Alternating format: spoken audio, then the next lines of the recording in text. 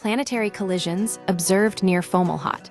A rare glimpse into system evolution. Astronomers, using the Hubble Space Telescope, have observed compelling evidence of ongoing, violent collisions between planet-building blocks around the nearby star Fomalhaut, located 25 light-years away. This discovery isn't just about seeing impacts. It's about witnessing a fundamental process of planetary system development in real time, something rarely observed directly.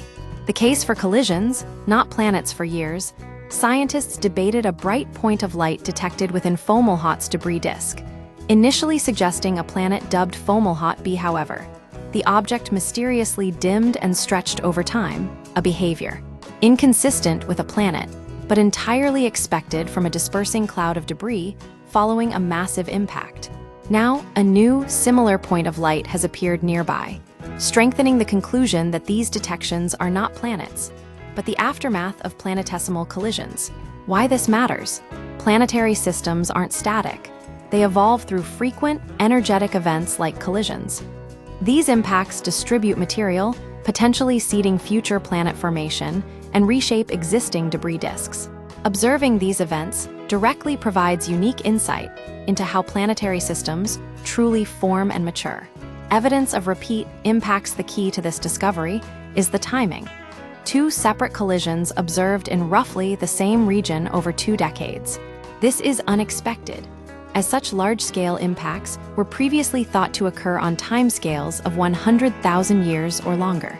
The proximity of these events raises questions about the stability of the Fomalhaut system and whether there are underlying mechanisms driving these frequent crashes.